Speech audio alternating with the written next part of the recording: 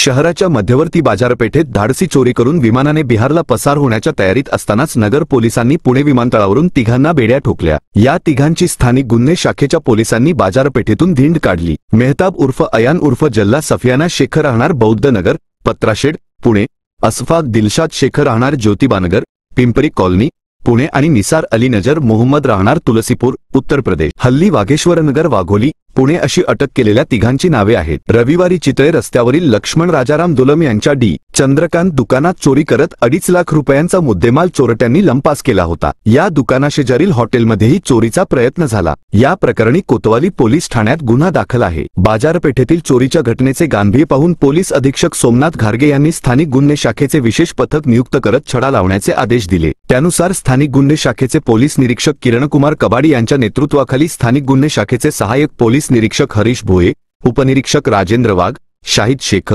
लक्ष्मण खोकले, फुरकान शेख, सोमनाथ झांबरे, रोहित येमुल, सागर ससाणे, अमृत आढाव, प्रशांत राठोड, भगवान धुळे, अर्जुन बडे यांचे पथक घटनास्थळी दाखल झाले व चोरट्यांचा शोध घेऊ लागले असता नगरमध्ये चोरी करून तिघे आरोपी पुणे विमानतळावरून विमानाने बिहारला जात असल्याची माहिती मिळाली। कोणताही विलंब न करता नगरचे पोलीस पथक पुणे विमानतळावर पोहोचले। विमानतळावरील सीआय सैफच्या निरीक्षक रुपाली ठोके आणि नियंत्रण कक्षातील दीपक वाघमारे यांच्या सहकार्याने पोलिसांनी तिघांना विमानतळावर बेड्या ठोकल्या।